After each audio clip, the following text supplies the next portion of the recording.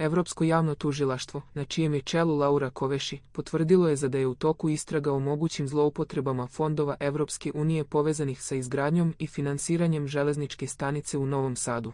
U zvaničnom saopštenju Evropskog javnog tužilaštva navedeno je da, zbog velikog interesa javnosti, potvrđuju postojanje istrage, ali da u ovom trenutku ne mogu otkrivati dodatne detalje kako ne bi ugrozili njen ishod.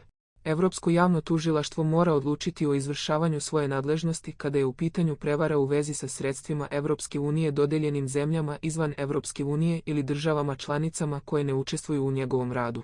Pošto se finansijska sredstva Unije isplaćuju iz Belgije i Luksemburga, gde su locirane institucije Evropske unije, nadležnost tih zemalja se proteže i na istrage koje uključuju zloupotrebe u trećim zemljama, navodi se u zvaničnom odgovoru Evropskog tužilaštva. Očekuje se da dalja istraga rasvetli eventualne nepravilnosti i utvrdi odgovornost u vezi sa korišćenjem evropskih fondova u ovom infrastrukturnom projektu.